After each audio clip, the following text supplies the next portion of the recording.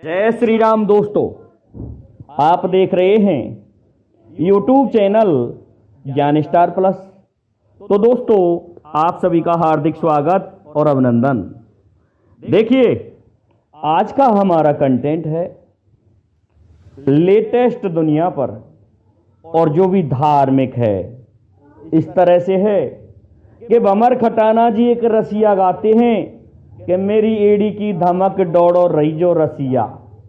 दोस्तों, अब लोकाचार में तो हम देखते हैं कि लोग नाच रहे हैं, लेकिन उनको ये नहीं पता कि रसिया कहाँ लग रहा है। खटाना जी ने जो रसिया गाया है वो धार्मिक गाया है।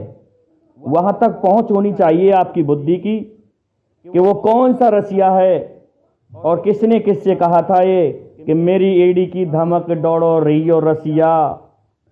मैंने महलन में बुलायो जब नहीं आयो रसिया, छज्जे छज्जे पे दे मारी मैंने जवानी रसिया, और मैंने ताल खुदाए जब नहीं आयो रसिया, मैंने बागों में बुलायो जब नहीं आयो रसिया, केला केला पे दे मारी मैंने जवानी रसिया।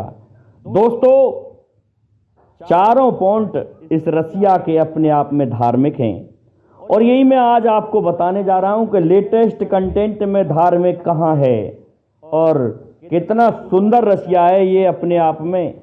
मैं इसी का विवेचन करूंगा। इससे पहले जो भाई हमारे चैनल से कुछ वस्तु मंगाना चाहते हैं तो अपलेट प्रोग्राम खुल चुके हैं, और जैसे फ्लिपकार्ट आदि के तो वो आप मंगा सकते हैं। डिस्क्रिप्शन में हमारा लिंक मिल जाएगा। परंतु देखिए दोस्तों, जो भाई हमारे चैनल पर नए हैं वो हमारे चैनल को सब्सक्राइब जरूर कर दें। देखिए, लेटेस्ट को भी हम धार्मिक में बता रहे हैं, और आप सुने कि देखिए कौन सा रसिया था और किसने किससे कहा था कि मेरी एड़ी की धमक दौड़ो रही जो रसिया। सबसे पहले हम बताते हैं कि लंका में मां सीता अशोक वृक्ष के नीचे रह रही थी। उस समय रावण राक्षसियों को लेकर के आया था और मां सीता को धमका के कहने लगा कि तुम हमारे महलों में चलो, यहां क्या कर रही हो, छोड़ो उस तपस्वी की कहानी। लेकिन मां सीता ने क्या अच्छा जवाब दिया था कि रावण सुन, मेरी एड़ी की धमक, ऐसा है ये रसिया रावण, मेरी एड़ी की धमक है, तू दौड़ो रे। एक गाना भी तो गाते हैं रामलीला वाले, कैसा है, जा दिन चढ़िया में भगवान लंक ठोकर दे उड़ जाएगी। दोस्तों, ये वही धमक है उसी एड़ी की, उसी ठोकर की। तो सीता जी ने कहा था मुझसे दूर रहना, तू तेरे काम अलग ही करता रहे, नहीं तो मारा जाएगा रावण। और सुन, जब धनुष यज्ञ रचाया था महलों में, उस समय तू नहीं आया, डर के कारण भाग गया था पहले ही, और तेने उस धनुष को छुआ तक भी नहीं। इसलिए रावण, जब मैंने महलों में बुलाया था ना, तू उस समय तू नहीं आया, डर के कारण भाग गया था उस धनुष को छोड़ के, क्योंकि तुझे पता था कि एड़ी की धमक अर्थात ये जूता बहुत बड़ा है। और सुन रावण, आगे भी मैं तुझे समझाती हूं। जब मैंने छज्जे छज्जे पे दे मारी मैंने जवानी रसिया, ये बात उस जगह की है कि जब धनुष यज्ञ हो रहा था तो माता सीता जगत जननी है, और जितनी भी सखियां थी वो सीता में ही समाये हैं दोस्तों, क्योंकि सभी मां सीता का ही रूप हैं। तो ऐसा है, उस समय जवान लड़कियां छज्जे पर खड़ा होके भी देख रही थी। उस समय भी रावण तू दूर रहा, क्योंकि ये बात इसलिए है कि तू उस धनुष को उठा ही नहीं पाया, और तू और बाणासुर दोनों पहले ही भाग गए। और सुनिए रावण, जब मैंने बाग लगाए अर्थात जब मैंने जन्म लिया था, उस समय तू आया नहीं था, क्योंकि तुझे मैंने कह दिया था तेरी लंका में कि रावण, जब मैं तीसरी बार तेरे यहां आऊंगी तो तेरा सर्वनाश कर दूंगी। और तूने इस भय के कारण मुझे जनक के बगीचे में गड़वा दिया था। वहां मैंने बाग हरे भरे किए थे, लगाए थे, क्योंकि दोस्तों जनक का बगीचा सूख गया था और माँ सीता ने ही तो उसे लगाया था, अर्थात फिर से हरा भरा किया था। उस समय भी तू नहीं आया। और केला केला पे दे मारी मैंने जवानी रसिया। देखिए दोस्तों, केला का ही नाम क्यों लिया है यहाँ रसिया गाने वाले भंवर खटाना जी ने? वो इसलिए लिया है कि केला की ही पूजा होती है, वो भगवान विष्णु को समर्पित होती है और भगवान विष्णु के ही अवतार श्री राम हैं। माँ लक्ष्मी के अवतार माँ सीता जी हैं। तो केला का जो फल है, वृक्ष है, वो माता लक्ष्मी और भगवान श्री हरि विष्णु को ही समर्पित है। इसलिए जो भी स्त्री पुरुष बृहस्पतिवार गुरुवार के दिन इनका पूजन करते हैं वो माँ सीता और श्री राम को ही तो लगता है कहीं ना कहीं, अर्थात भगवान श्री हरि विष्णु और माँ लक्ष्मी को ही ये भोग लगता है। और क्या कहा था कि रावण सुन, जब मैंने ताल खुदाए जब नहीं आया था तू।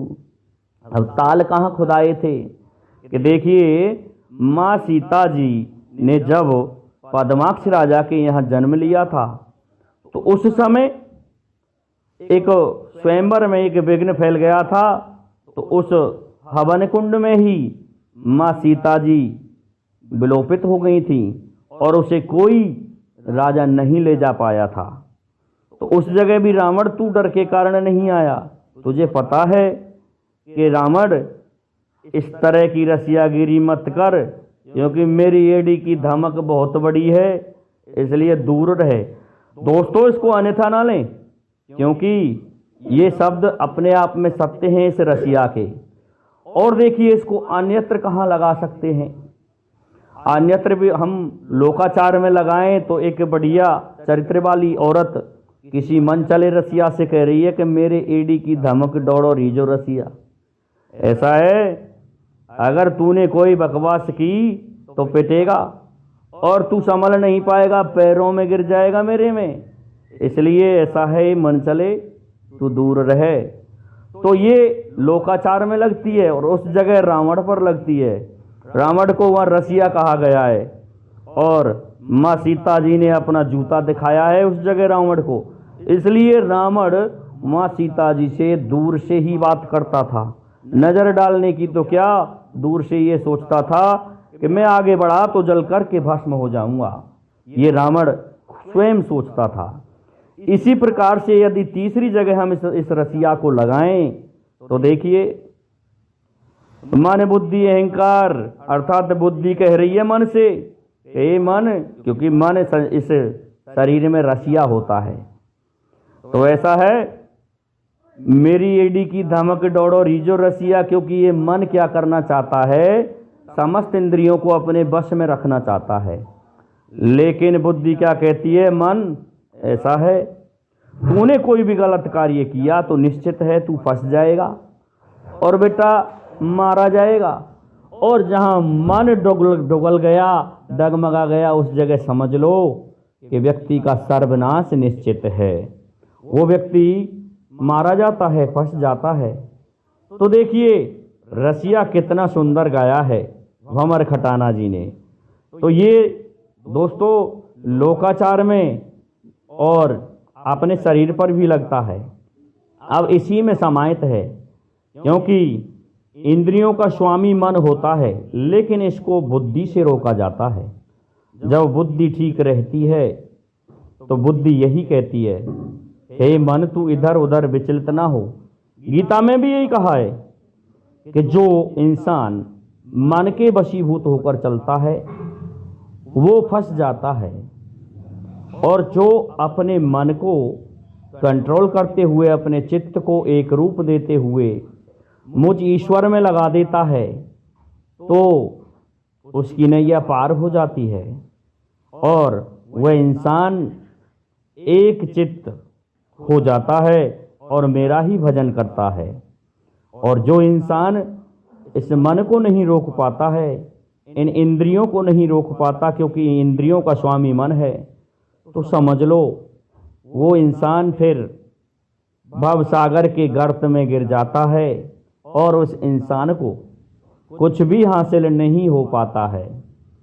इसलिए हे अर्जुन, ऐसा है, एक चित्त होकर के अपने मन को रोको। अरे ये जो राजा लोग तुम्हें दिखाई दे रहे हैं, ये सभी कुछ नहीं है। ये अब भी हैं और भूतकाल में भी थे और भविष्य में भी रहेंगे। इसलिए तू इनका शोक गलत कर रहा है, तेरा मन डगमगा रहा है। मन को एक चित्त करके, मन को कंट्रोल करके तू ऐसा है युद्ध के लिए तैयार हो जा। अरे तेरे हाथ कांप रहे हैं, ये कौन सा नियम है? ऐसा है, इसे ही धर्म समझ के तू युद्ध कर। ये जितने भी स्वजन हैं देख लो, ये मरे पड़े हैं, इनको तो मरना है, लेकिन तू तेरे धर्म से अलग हो रहा है। जो तेरा कर्तव्य है तू उससे डगमगा रहा है। इसलिए तू ये कर्म कर, अपने मन को कंट्रोल करके। तू बह रहा है कि ये मेरा है, ये मेरा चाचा है, ये मेरा फूफा है, ये मेरा भतीजा है, ये मेरा भांजा है, ये मेरा मामा है। ये सब कुछ नहीं है। इसलिए तुझे ऐसा नहीं करना है अर्जुन। तुझे तो उठ, अपने गांडीव को उठा और युद्ध के लिए सज्ज हो जा, तैयार हो जा, युद्ध कर। तेरा यही कर्तव्य है।